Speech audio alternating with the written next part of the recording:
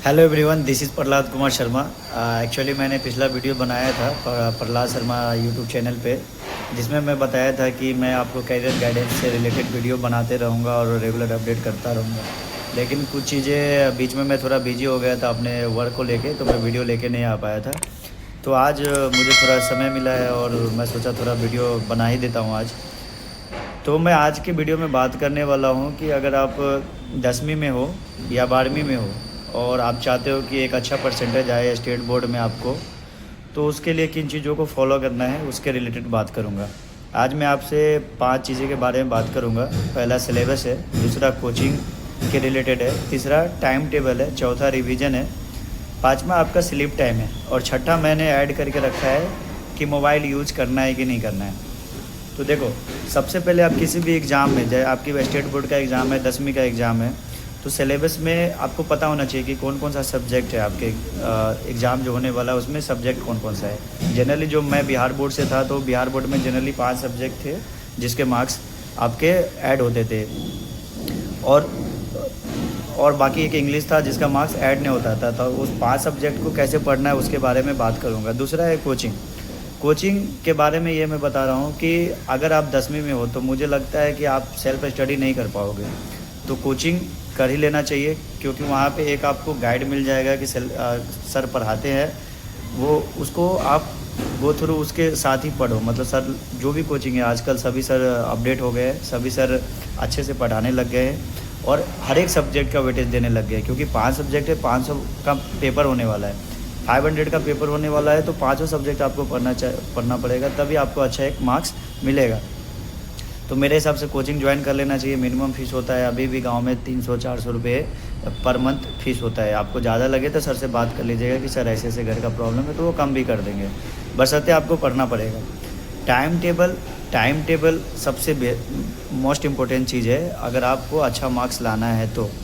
और 10वीं में हो, 10वीं का पेपर है फाइनल बोर्ड का, या 12वीं में हो, 12वीं का फाइनल बोर्ड का पेपर है, उस टाइम तक आपको पढ़ना चाहिए अच्छे से। कॉलेज जाओगे तो कॉलेज को एक्सप्लोर करना वो अलग चीज़ है, बट जब तक आप 10वीं में हो, 12वीं में हो, तब तक आपको बढ़िया से पढ़ना चाहिए। टाइम टेबल कहने का मतलब है कि आपको मिनिमम, मेरे एक सर कहते थे, जब मैं 12वीं में पढ़ता था, वो कहते थे कि अगर किसी को फर्स्ट 60% लाना है तो उसको 6 घंटा मिनिमम पढ़ना ही चाहिए बोर्ड के भी एग्ज़ाम में, और उतना पढ़ना ही पड़ेगा आपको 60% लाने के लिए भी। अब मैं क्या सोचता था कि मुझे 60% के लिए 6 घंटा पढ़ना है, तो मैं हमेशा सोचता है कि टॉप कैसे करूँ। टॉप करने के लिए 80% एबव चाहिए, तो कम से कम मैं सोचता था कि 8 घंटे 9 घंटे पढ़ना चाहिए, और 8-9 घंटे पढ़ोगे तो ही मेरे हिसाब से टॉप करोगे। तो वो टाइम टेबल आप बनाओ। टाइम टेबल जनरली मैं आपको नॉर्मल बता देता हूँ। मान लो कि मैं आज कोचिंग गया, मेरे सर है, मान लो आज मुझे मैथ पढ़ाए, मैथ पढ़ाने के बाद वो कुछ 2-4 थ्योरी बताएंगे, उस पर 2-4 क्वेश्चन बनाएंगे।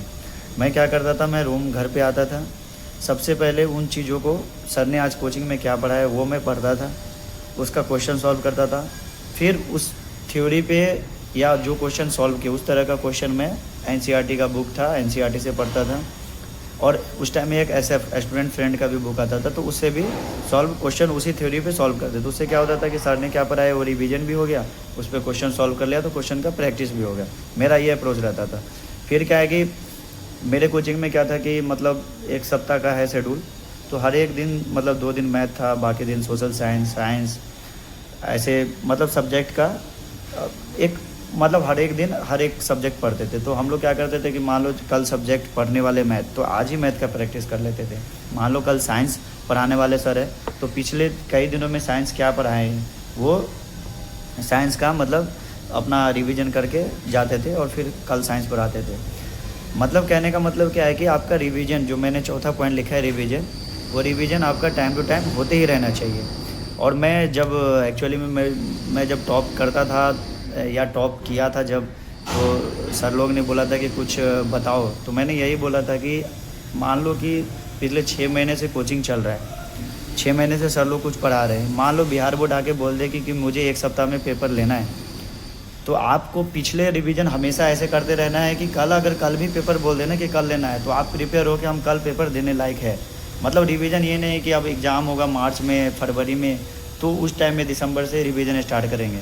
रिवीजन तो स्टार्ट कंटिन्यू रखने से क्या होगा कि आपका जो पूरा साल का सिलेबस है वो आप 2 घंटे 3 घंटे में आप पूरा रिवीजन कर सकते हो, पूरा रिवीजन करके कल पेपर दे सकते हो। तो रिवीजन उस लेवल का होना चाहिए कि आज गवर्नमेंट आज बोल दे कि कल पेपर है, तो आपका रिवीजन ऐसे रहना चाहिए कि आप कल पेपर लिख सको।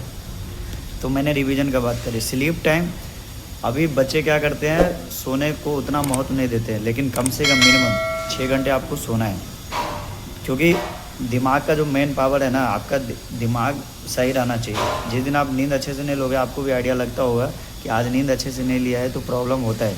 तो नींद ज़रूरी है। स्लीपिंग टाइमिंग आप फिक्स कर लो कि 10 बजे रात में सो गया, सुबह 6 बजे उठ गया।